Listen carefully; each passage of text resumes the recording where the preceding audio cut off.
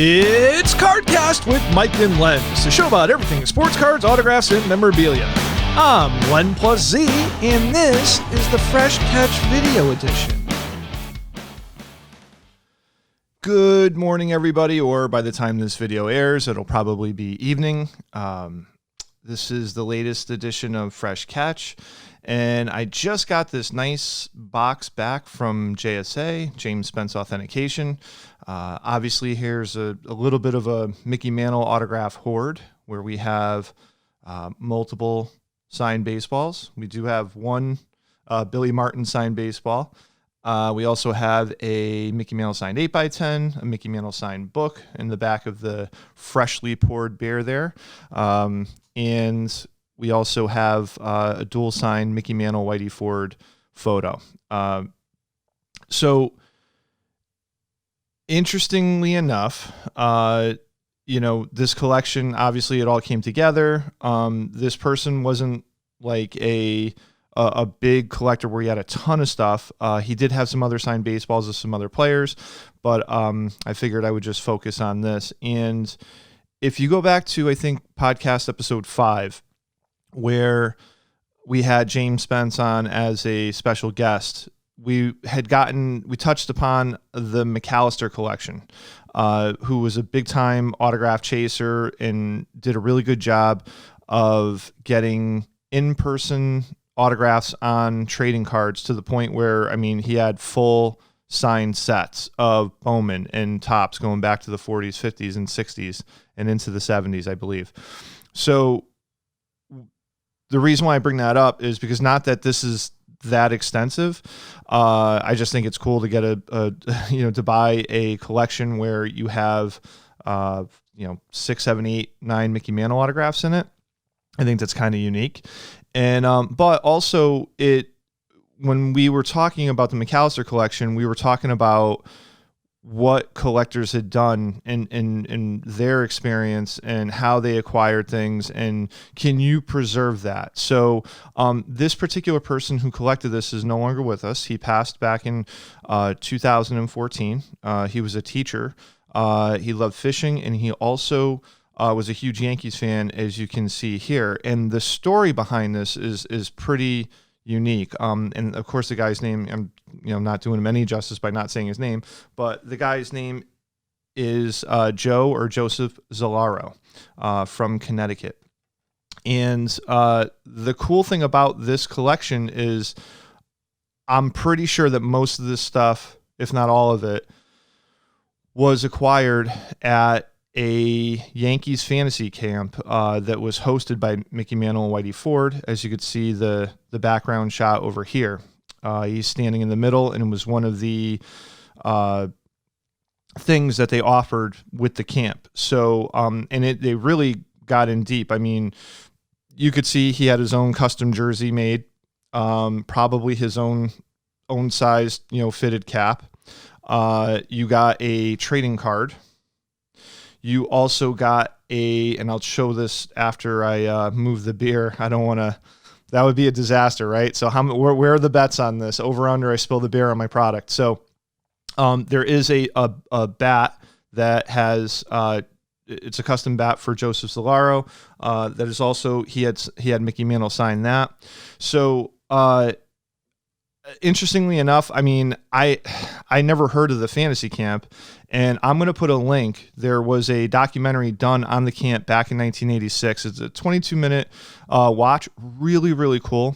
And one of the reasons why I bring that up is because if you're watching this video and you knew somebody that went to one of these camps, because they held it, I think annually or multiple times during the summer every year. The year that Joe Zalaro went was back in 1989, but they went back, into the earlier 80s. I think 84, 85 was when it first started. The documentary is called Mickey, Whitey, and Me.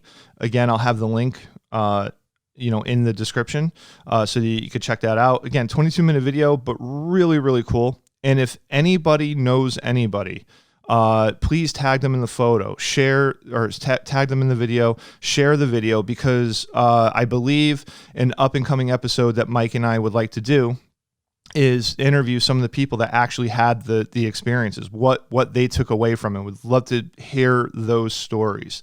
So if you could please do that for me, that would be great. And also, so now let's go over the product here. Let me, the beer is actually making me a little nervous, and it is only 10:25 in the morning, so there's really no reason why this should even be out. I mean, I would never drink beer this early in the morning.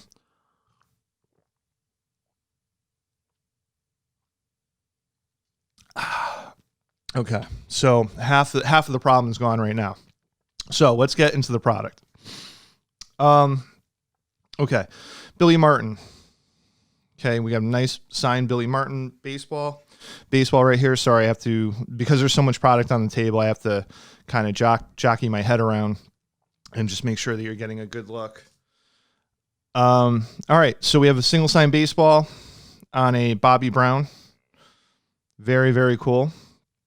There was a time when his baseballs sold because there weren't as many out there, and because people were really high on collecting single sign baseballs, his baseballs were selling for up to $800 a ball. They've come, dropped down to about a quarter of that price over the past couple of years, because I think more has surfaced. He did pass away before the shows really, really took off.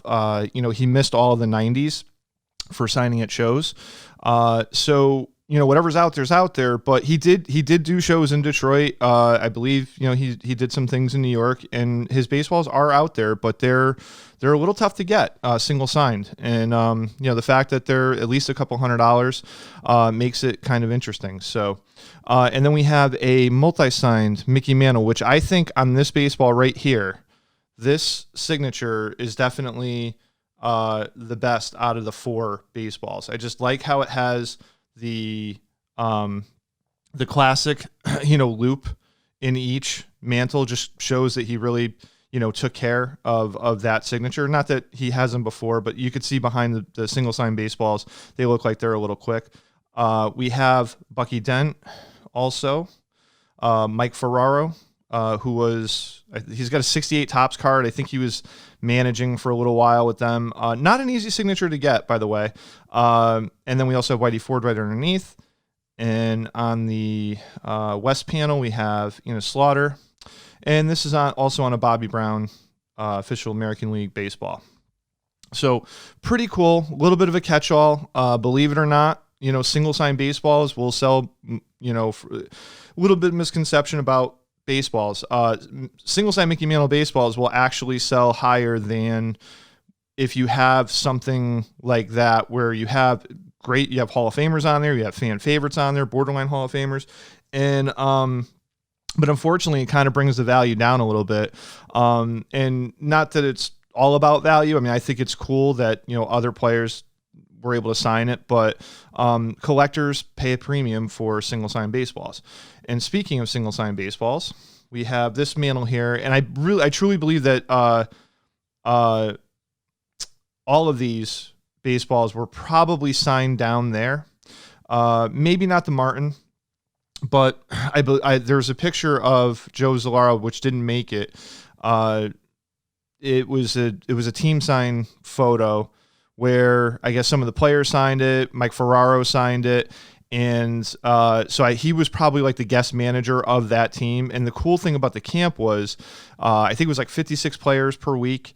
And at the end of the camp, they got to play against some of the old timers. So I'm assuming some of the old timers came through and played and showed up and whatever. And that's how some of these catch-alls were created. For the multi-sign baseballs. But anyways, we have a Mickey Mantle single sign baseball here. And again, so now we have a situation where there's a little bit of a detractor. It's on a McGregor Haiti official Pro League ball. Collectors want, the premiums come when they're on the official American League baseball stamp, and not so much this. Not that it doesn't make the ball desirable, not that it doesn't make it worth nothing, but it's just one of those things where the baseballs will go for more money if they're bright white, and if they're on the official American League baseball with the stamp there. So we have another ball that's bright white, And again, it's on a pro league baseball. So if I could go back in time for Joe, I'd have him switch these out, or switch the multi-sign balls, because these are on, the American League, the official, American League baseballs. So, but that's fine. It's not, I'm not complaining. I'm very happy. Very happy. Ooh, that's the beer. Hold on.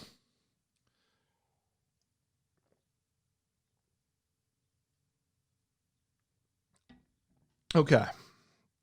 So now we have this multi-sign baseball, which is pretty cool because not exactly sure who that is. We have Jim Catfish Hunter, Jake Gibbs, Johnny Blanchard, which I have a funny story. I actually drove him to the airport as a favor to JPRS shows back in, 2008 or 9.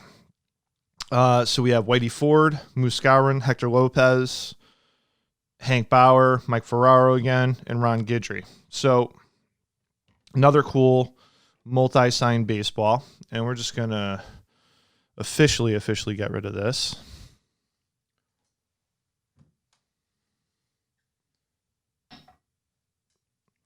Okay, so the baseballs are kind of done. We'll just push these out of the way a little bit. The beer is done. Okay, so we have a full size, probably a 32 or probably 32-inch bat, Louisville Slugger. Let me see if I could just. If you guys could see that, you could see the stamp here, where it has the Mickey Mantle Whitey Ford Fantasy Baseball Camp. It's got two little baseballs with single sign baseballs with their facsimile signatures on them, which is pretty cool. And then you have Joseph Zolaro is his name, so his game model bat, which is pretty cool. And then he had Mickey Mantle sign it in black Sharpie, and I got to tell you, this Mantle signature is like easily a 9.5 out of 10, without a doubt. So most likely, had him sign it down there would only make sense. But again, it's authenticated by Mr. James Spence, and a very cool piece. We have a nice classic, this is a typical show photo, back in the day. 80s, early 90s. Just, you see this photo quite often. Nice shot of probably 1963 Mickey Mantle, if I had to guess. You can tell he's getting a little pudgy in the face there. And then we have this photo here, which again has Mickey Mantle, older Mickey Mantle, 1989 Mickey Mantle, 1989 Whitey Ford, and Joe Zolaro in the middle. In the documentary, they actually show the line of people kind of like they're off to the right, and they're just snapping the photo. And I don't know. I mean, back then, I don't know if they had them developed, say maybe at the end of the week where they received it. And then they were able to get him signed after, or somehow he met them after and got the photo signed.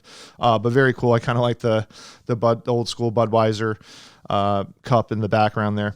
And then we have this book has been signed obviously a ton of times, but what I like about the signature in the book is it's just a great ballpoint pen signature. And there's the typical loops in the M's. You can see the float in the mantle, and just a really nice. I mean, if you wanted to keep the integrity of the book, you can do that. If you wanted to get creative and you wanted to, with today's technology, you can get a really nice 16 by 20 photo of the Mick, maybe kneeling down in the on deck circle or throwing the cap, that classic image. And you can actually get this maybe cut out and use it as a cut signature, and, put underneath the photo, framed and matted, very nicely. So anyways, that's pretty much it for this, for this round of stuff. And thank you for hanging out with me. And again, I encourage anybody, if anybody knows anybody that went to these camps, and you can, again, tag them or share the video. Mike and I would love to interview them and kind of capture their what they saw, what they felt, because I can only imagine what it would be like. I mean, Mantle and Whitey Ford were not my era. I mean, they were legends when I was a kid growing up. It's like, whoa, Mickey Mantle, and it still is, clearly. But I mean, I couldn't imagine going to a camp where it was like Derek Jeter and Mariano Rivera, and and the thing, and also too the cost. So somebody told me that the original cost was like $2,500 a person in the early 80s, and then it reached up to close to, I think, 15 or something like that, 15,000 per person. And I don't know. I don't know how true that is. I would love to get some kind of confirmation on that. But what would it cost? I know there's inflation and everything, and that was a lot. I mean, if you had 15 grand or 10 grand or whatever to go to a camp for a week, I mean, that's a lot of money for 1989. But what would it cost today to go and, do a camp again with like Derek Jeter and Mariano, or Derek Jeter and Andy Pettit, or Big Papi and, Jason Varitek or something? Like, how much would that cost? Would it be 50 grand, 100 grand?